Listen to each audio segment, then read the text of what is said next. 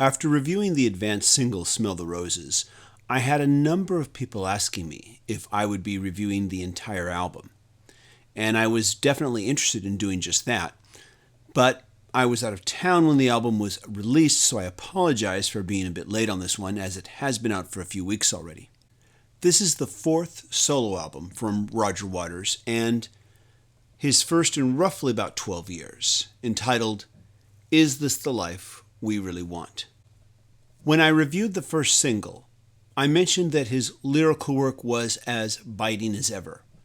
And this does hold true for the rest of the album now that I have heard the full-length release. I also mentioned that I have viewed Roger Waters as a music artist who has been trying his hardest to not sound like his past, and I'm referring to Pink Floyd. But that with this new single, he seems to be really embracing it. I had a feeling this would be the case with the rest of the album, and I was right. All the Pink Floyd techniques are in play.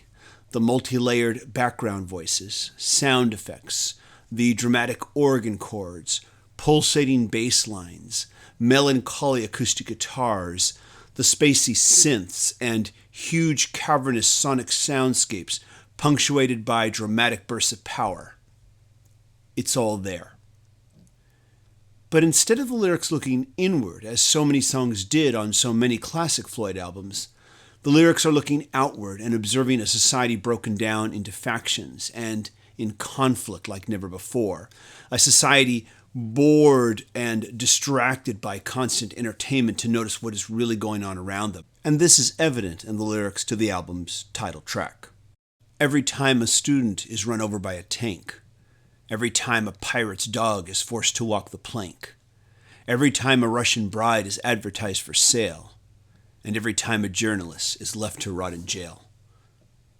Like the best of the classic Floyd albums, there is an epic feel to the album. And while the album is divided into tracks, it is all sewn together by sound montages so that you are at first unsure where one song starts and another one ends. Unlike many of those classic albums, this is definitely a lyrics album. Now, I'm not saying that Pink Floyd classics like Wish You Were Here and Dark Side of the Moon didn't have great lyrics, because they did in fact have amazing lyrics. But I think you can listen to any of those classic albums without any lyrics in front of you the first time and just be sucked into the overall melodic journey that those albums offer. And then later, the lyrics will give you more insight to feed off of after you have learned how to navigate its sonic landscapes. But with this album, I think having the lyrics in front of you from the first listen is essential if you want to start appreciating this album. Also, like the best Floyd albums, this is definitely a headphones album. And I'm talking over-the-ear headphones, not earbuds. A number of times while listening, I got fooled into suspecting that what I was hearing on headphones was happening just outside my window. So put on the headphones. You will want to get the full effect.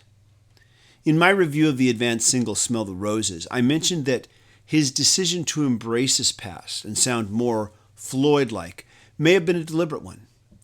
He clearly has a lot he wants to say, and perhaps he has realized that the best way to get his message across is to wrap it in the audio allure of his past.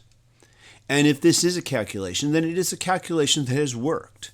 The only thing that might be missing from all of this is some of the melodicism that collaborating with David Gilmour brought into the mix. Songwriting and recording for this album may have begun as early as 2010, but it feels like the songwriting could have started as early as the beginning of the year. The album seems to be a perfect summation of the current climate of division, apathy, and distrust that seems to plague so much of our society right now. As I listened for the first time from start to finish, I wondered, would we end on a dark note, or would I be given some small measure of hope before album's end? And we do with the album's final song, Part of Me Died, wherein all of the negativity, cynicism, paranoia, greed, and hatred of man can still be washed away with a simple act of love.